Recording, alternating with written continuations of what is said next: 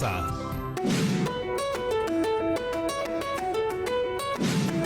Buenas tardes, chicas y chicos de quinto de secundaria de todo el Perú. Yo soy Brigitte y estoy muy feliz de estar aquí con ustedes. Y yo soy Mario y quiero aprovechar para saludar a todas y a todos en sus casas. Ya estamos listos para empezar un nuevo episodio de Aprendo en casa para quinto de secundaria, una iniciativa del Ministerio de Educación para seguir aprendiendo desde casa de manera divertida. Queridas y queridos estudiantes de la promoción 2021, nuestro propósito del programa es que conozcan cómo funciona la herencia genética y sus efectos en la vida y salud de las personas. Esto dentro de la experiencia de aprendizaje, promover el cuidado de la salud y el ambiente. Mario, ¿cómo somos las personas, no? ¿Puedes creer que a veces quisiera tener el pelo de otra manera? Te entiendo perfectamente, Brigitte. A veces también me canso de ser así lacio. Es cierto. Y también, más allá de lo superficial, esos detalles de nuestra apariencia nos llevan a más preguntas interesantes. Ah, ya sé por dónde vas. Y para todos esos cuestionamientos y curiosidades, tenemos hoy como invitado a un docente quien nos enseñará qué herencia genética podemos recibir de nuestros padres. Buenos días, profesor. Bienvenido. Hola chicos, ¿cómo están? Muchas gracias por la invitación. Vamos a tener hoy algunas explicaciones sobre el mundo físico, ampliando nuestros conocimientos sobre los seres vivos, la materia y energía, la biodiversidad, la Tierra y nuestro universo. Les pido que observen las siguientes imágenes y reflexionen sobre lo que vemos en ellas. Por eso, me parece importante recalcar que en este programa las y los estudiantes van a conocer sobre la herencia genética y sus implicancias para la vida y salud de las personas. Y vamos a plantearnos también estas tres preguntas. ¿Cómo heredan los progenitores sus características a las nuevas generaciones? ¿Dónde se encuentra almacenada la información genética en el cuerpo humano y cómo lo sabemos? ¿Qué es lo que nos pueden heredar nuestros padres a través de los genes? Profesor, son preguntas muy interesantes y sé que las respuestas lo serán más todavía. Así es, Brigitte, y por eso quiero pedir mucha atención, pues cada detalle está dentro y fuera de nosotros mismos. Cuando se miran en el espejo y observan su rostro, su nariz, sus ojos, su cabello, se dan cuenta de que tienen características particulares o distintas a las de otros, pues todas las partes de nuestro cuerpo están formadas por células. Asimismo, las bacterias, protozoarios, plantas, los hongos y los animales también están conformados por células.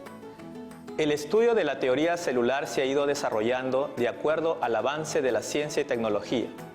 Robert Hooke, en el año 1665, fue quien por primera vez mencionó la palabra célula.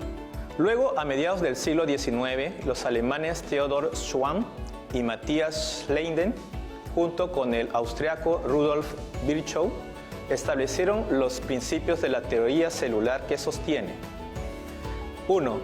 Todos los seres vivos están constituidos por una o varias células. 2. Los organismos más pequeños se componen de una sola célula, siendo esta la unidad que hace posible que viva. Por lo tanto, es la que logra el funcionamiento de los organismos multicelulares. 3. Todas las células descienden de otras células. 4. El material hereditario que contiene las características genéticas de cada célula pasa de las células madres a las hijas. En la actualidad, respecto al origen de las células complejas procariotas, la teoría endosimbiótica, postulada por Lynn Margulis en 1967, plantea que, excepto las bacterianas, es el resultado de la asociación simbiótica. Las células están compuestas por estructuras más pequeñas llamadas organelos, que se encuentran en el citoplasma. Cada organelo es especial porque tiene una función específica que mantiene la vida de la célula. El citoplasma es el líquido de densidad viscosa que se encuentra en el interior de una célula. Está compuesto por agua, sales y diversas moléculas orgánicas y de los organelos. El tamaño de las células varía desde micras hasta varios centímetros de longitud, y eso es lo que vamos a ver en la siguiente imagen. Recordar que 1 centímetro es igual a 10 elevado a la menos 2 metros.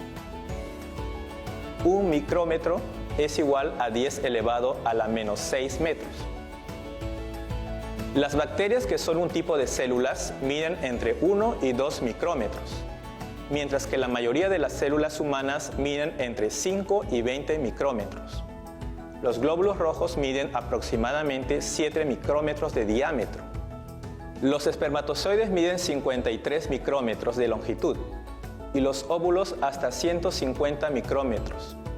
Hay unas células muy especiales que por su tamaño pueden observarse a simple vista, como el huevo de avestruz, que llega a medir hasta 7 centímetros de diámetro. Las células pueden ser procariotas, eucariotas. Las células procariotas no tienen núcleo y su estructura presenta las siguientes partes. Una cápsula, que es una capa flexible o rígida que envuelve la pared celular, que protege a la célula y le brinda rigidez. La membrana plasmática es una capa de composición lipídica, llamada también grasas, y también de proteínas. El nucleoide está formado por el ADN, se encuentra en el citoplasma. Los plásmidos son pequeños segmentos de ADN de forma circular que se multiplican y se unen al nucleoide para que la célula pueda dividirse. Los ribosomas se encuentran libres en el citoplasma y realizan la síntesis de proteínas. Los flagelos son prolongaciones que pueden moverse. Su función es el desplazamiento de la célula. Los pili o pelos son más cortos y delgados que los flagelos. Permiten la unión de la bacteria a un sustrato o a otras bacterias. Las células eucariotas son más complejas y grandes que las procariotas y sus medidas oscilan entre 10 y 100 micrómetros. Su material genético está encerrado dentro de un núcleo que lo protege y aísla de los demás organelos. El citoplasma contiene a los ribosomas, citoesqueleto y organelos membranosos. Desde el punto de vista morfológico y funcional, hay 3 tipos de células eucariotas: vegetales, animales y hongos. Ahora, en este cuadro se podrá observar las diferencias que hay entre las estructuras de la célula animal y vegetal. Ambas tienen membrana plasmática, citoplasma, citoesqueleto, núcleo, nucleolo, retículo endoplasmático, ribosomas, peroxisomas y mitocondrias. La diferencia es que la célula vegetal contiene pared celular, vacuolas y plastos, organelos diferentes a la célula animal. La célula animal tiene lisosomas, vesículas, flagelos y cilios. Son organelos propios de esta célula. Además, las células poseen estructuras en común y son la membrana plasmática, que delimita y da forma a la célula, la aísla, la protege y controla el contenido químico. Interactúa con otras células a través de señales químicas para formar tejidos. El citoplasma almacena los lípidos o grasas y azúcares que mantienen viva a la célula. El núcleo, que almacena y replica el genoma, que es el material genético del ADN. Además, define los procesos de formación, reproducción y operación celular. El retículo endoplasmático sintetiza las proteínas y produce proteínas. Complejo de Golgi, cuya función es modificar, almacenar y exportar proteínas sintetizadas en el retículo endoplasmático a distintas partes del organismo. Las mitocondrias generan la mayor parte de la energía química necesaria para activar las reacciones bioquímicas de la célula. Los ribosomas, donde se realiza la síntesis de proteínas, es decir, donde se producen proteínas. Profesor, qué importante es tener claro esos conceptos. Ahora le pido una pausa. ¡Ya volvemos! Perfecto. Y ya volvemos con un tema apasionante: la genética.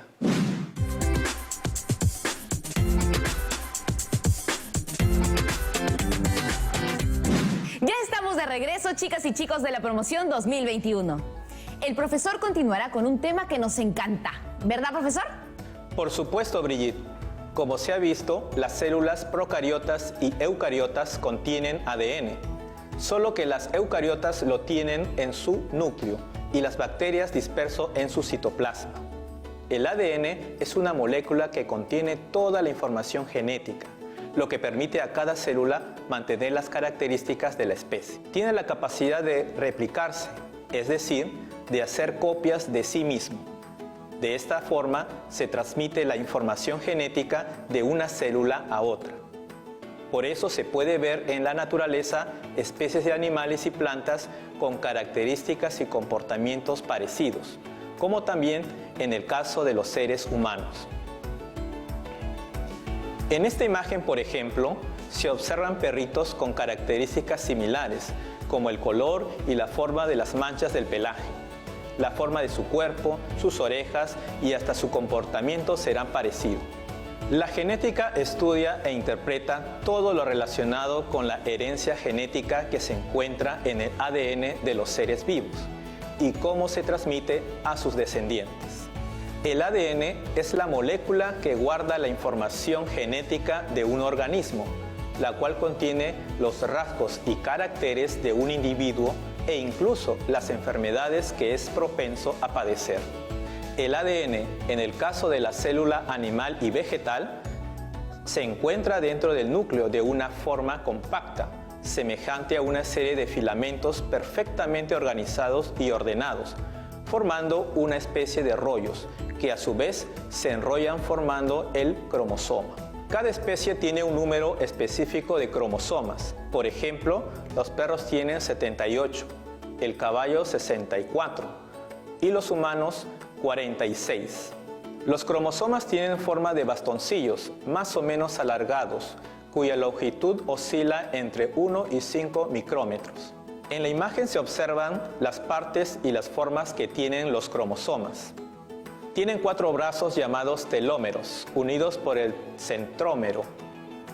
Los telómeros pueden tener diferentes longitudes y dependiendo de sus tamaños se clasifican en metacéntrico si los telómeros tienen igual longitud, telocéntrico si solo tienen 2 telómeros, submetacéntrico si los telómeros inferiores, los brazos largos, son mayores a los superiores, brazos cortos. A esto se le llama cromosoma X. Acrocéntrico si los telómeros inferiores, los brazos largos, son mucho más grandes que los superiores, brazos cortos. A esto se le llama cromosoma Y. Asimismo, en esta figura, de izquierda a derecha, se observa a las cadenas de ADN que se van enrollando hasta formar el cromosoma. El ADN tiene 2 funciones principales. 1. Tiene la capacidad de replicarse. Esto sucede para que la célula madre tenga el doble de ADN y así, al dividirse la célula, las 2 células hijas tengan la misma estructura y función que la célula madre. 2. Dentro de los cromosomas se hallan los genes, que están formados por ADN. Contienen toda la información necesaria para que se fabriquen las proteínas que requiere un ser vivo. El gen es un fragmento de ADN que determina un carácter hereditario que se pueden transmitir de padres a hijos. Al conjunto de genes que tiene la persona o cualquier especie se le llama genotipo. No se puede observar a simple vista porque se encuentra en los cromosomas, pero lo que sí se puede observar es, por ejemplo, el color de los ojos, la forma, el color del cabello, la contextura corporal. A este conjunto de características que son observables se llama fenotipo. El fenotipo es la representación física del genotipo. El genotipo no varía, sin embargo, el fenotipo puede variar por efectos del medio ambiente y de ciertos hábitos de vida. En la célula humana hay 46 cromosomas, 23 provienen de la madre y los otros 23 del padre. Significa que hay 23 pares de cromosomas homólogos. Los cromosomas homólogos son el par de cromosomas que contienen los mismos genes con algunas modificaciones, porque uno de ellos proviene del padre y otro de la madre. El cariotipo es el conjunto de cromosomas de una persona. Es importante conocerlo porque permite identificar si los cromosomas están bien, si tienen la información genética y si están en un correcto orden. En la imagen se observa a los 23 pares de cromosomas enumerados.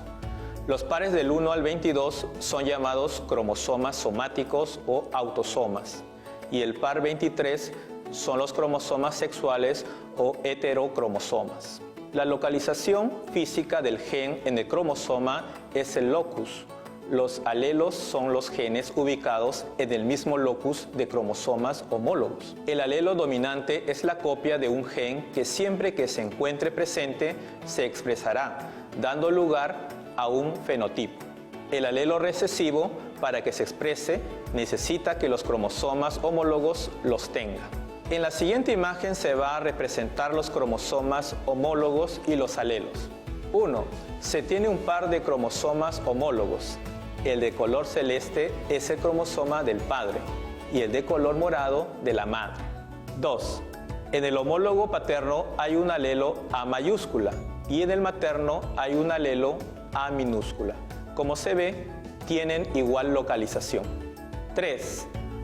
Luego se observa que hay 3 alelos. En el homólogo paterno se encuentra el B minúscula y el D mayúscula. Y en el materno B mayúscula y D mayúscula. 4. Entonces hay 2 alelos distintos. A mayúscula, A minúscula. B mayúscula, B minúscula. Y uno igual, D mayúscula y D mayúscula. Hay que recordar que los alelos son genes que se encuentran en una determinada localización. 5. Como se nota en los cromosomas homólogos, siempre habrá los mismos genes, pero no necesariamente con iguales alelos. 6. Para entender el siguiente ejemplo. Se supone que el gen contiene la información del color de los ojos. El alelo 1, igual color de ojos claros. El alelo 2, igual color de ojos oscuros. Esto significa que los alelos indican cómo va a funcionar los genes. En la figura se observa a 3 generaciones con la misma forma y color de ojos. Ahora bien, los hijos heredan la carga genética de los padres, por eso tienen muchas características parecidas de ellos. Pero no todos los genes heredados se llegan a expresar. Las mujeres tienen una combinación de cromosomas XX, por eso solo pueden heredar cromosomas X, y los hombres tienen una combinación de cromosomas X e Y, entonces pueden heredar cromosomas X o Y. Los hijos pueden heredar a través de los genes ciertas características físicas, conductuales y también enfermedades. El hombre puede aportar cromosomas X o Y, pero la mujer solo cromosomas X. Por lo tanto, los genes del hombre determinan el sexo de los hijos. Se heredan algunas características físicas, como la calvicie, abundancia de pelo en las orejas, las pecas, los hoyuelos de las mejillas, los lóbulos de las orejas, la altura, color de ojos, etc. El medio, el estilo y los hábitos de vida también influyen en los cambios en la expresión y funciones de los genes, produciendo enfermedades como la diabetes o problemas cardiovasculares. A esto se le conoce como epigenética. Bueno, ahora dejo unas indicaciones para las y los estudiantes, a manera de reflexión, ya que los ayudará con este aprendizaje. Identifiquen las características heredadas de sus padres y expliquen de quién provienen esos genes dominantes. Identifiquen enfermedades que se han transmitido genéticamente y evalúen la posibilidad de que la transmitan a sus descendientes. Como resumen, podemos decir que en este episodio hemos tratado sobre la célula, su clasificación, estructura y las funciones de esta. Además, cómo se transmite el material genético de las células madres a las células hijas. Se explicó qué es la genética, qué es el ADN, la formación de los cromosomas y transmisión de la carga genética de padres a hijos. Asimismo, qué son los genes dominantes y recesivos. También hablamos sobre las características que pueden heredar los descendientes, que no son solo características físicas, también conductuales e incluso ciertas enfermedades. Profesor, finalmente me gustaría preguntarle acerca de las mutaciones. ¿Qué son y qué consecuencias tienen en el organismo? Bueno, les diré que la mutación es cualquier cambio en la secuencia o en la estructura del ADN. Las mutaciones a veces se producen por errores durante la división celular o por la exposición a sustancias, radiaciones del ambiente que dañan el ADN. Las mutaciones pueden afectar el funcionamiento de un gen y producir una enfermedad. Veamos algunos casos. Las enfermedades genéticas dominantes se van a repetir en todas las generaciones de una familia. Por ejemplo, todas las personas que heredan una mutación dominante como la enfermedad de Huntington podrán desarrollarla.